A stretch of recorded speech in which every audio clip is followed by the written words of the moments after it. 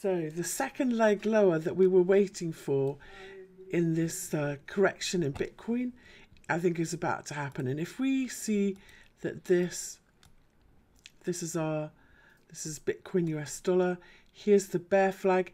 If we break the 4-hour 50 moving average, if we break this support level, it's around 9,150. If we close below that, we're going to see another leg lower. And now we can, we can measure it high to low. Okay.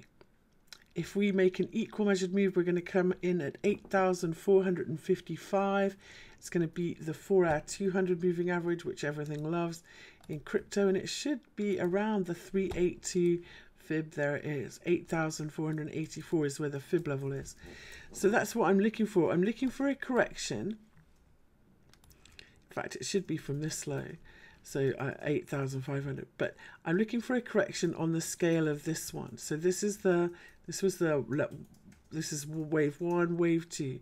So this is the kind of scale of correction we're looking for.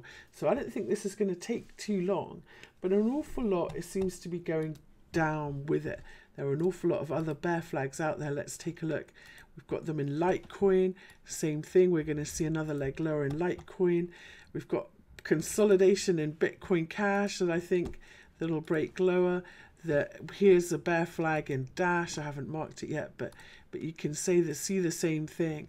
All of these are potentially breaking down for one more leg of correction lower. And if we make a corrective move, so remember, corrective moves are usually choppy, overlapping, equal measured moves, or they have a fib relationship to each other, and they are 3 of them. So a wave 1 down, wave 1 up, and then a third wave down before we carry on the uptrend. That's what I'm looking for in most of these. And it's not just the big alts that are at resistance and doing this. Some of the smaller ones are as well.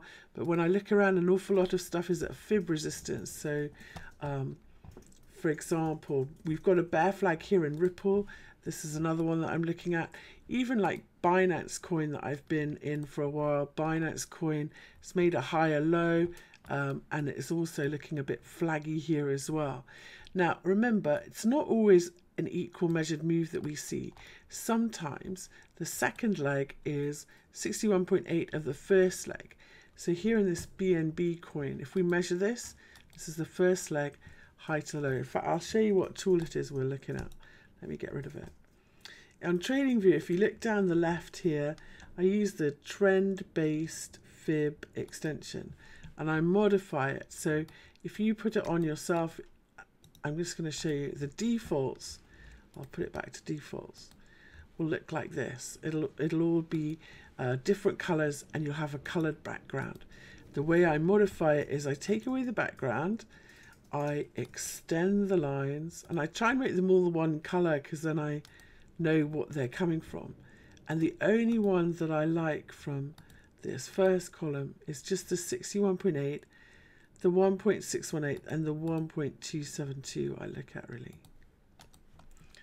Okay, so now I've modified my fib extension. I'm going to do it again. So here are in the tools, I'm looking for the trend-based fib extension. I'm going to measure from this high to this low and project it from this high.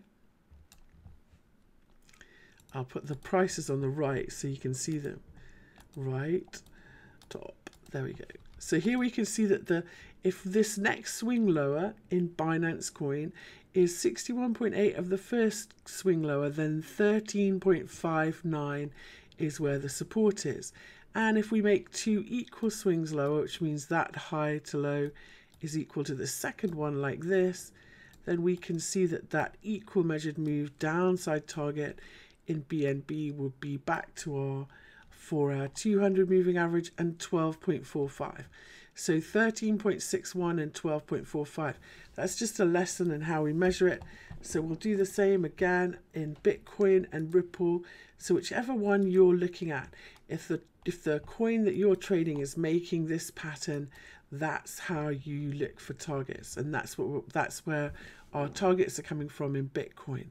And then I am looking for it to have another go at that daily 200 moving average and go higher. Let's look at the bigger picture here. And we'll take these away. This is the sideways consolidation we're seeing. We've got knocked back at the 200-day moving average first attempt. We're going to do some sideways trading and gather up the strength to have another go at it. I really don't see us going too far lower from here, but this daily 50 moving average is at 8,000. If it's actually moved up a little bit, maybe 8,100 now. If we see a daily close below 8,100, then we are going to go back to the lows in the 6,000s again.